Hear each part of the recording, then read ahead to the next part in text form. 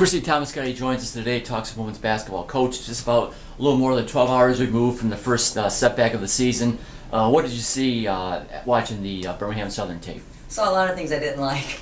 It was one of those games where we were a little undermanned, having a couple of players out, but there's no excuse. I thought Birmingham Southern came in and had a lot more energy, a lot more intensity, and a lot more toughness than what we showed. And we didn't show up consistently, and I thought they just pounced on us when we kind of hesitated, when we kind of got back on our heels, and I thought they just came at us and we didn't have a response for it. On the offensive side of things, it looked like, throughout the night you were looking for just different combinations, different lineups to generate some offense, but it just seemed like there was a lid on the basket. You just couldn't get the shots to go.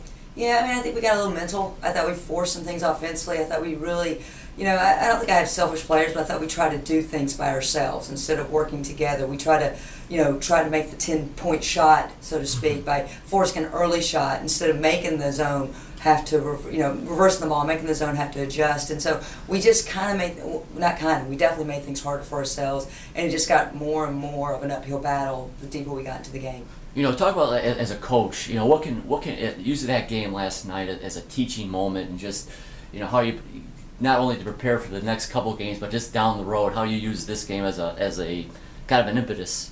Well, without a doubt, I can't wait for the next practice. To see the character of our players. Is this a setback, or is it something we're going to hang on to? Do we learn from it, or are we going to repeat the same mistakes? Give Birmingham Southern all the credit in the world. They came in here and they wanted this game, and that was kind of the hard part. I thought in some ways we were moving on to the holiday break, and you can't do that. It's the great thing about sport. Every game matters, and every opponent, there's an opportunity for anyone to win on any night. And so for us, we just have to take that lesson and move forward. And, obviously some great things to build on. Again, we got out-rebounded last night. Definitely didn't shoot the ball well, but our defense wasn't good either.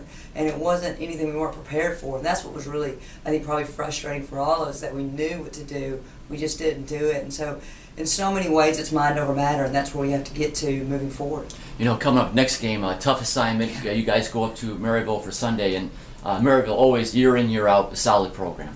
That coaching staff just does a phenomenal job. Year in and year out, great players that know how to play the game, and they play hard and they play tough, and much less on their home court. I don't even know what the win-loss record is for us there. It's been one of those uphill battles, but I'm looking forward to it. I always view Maryville as almost like a UAA opponent, from the way they do their scouting, from the way they run their system, and Puckett's an All-American player in my mind.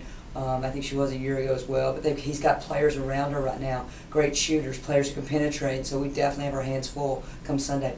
All right, Coach, we'll let you get back to work. Thanks very much for your time, and we'll be catching up with you. Thanks, Sean.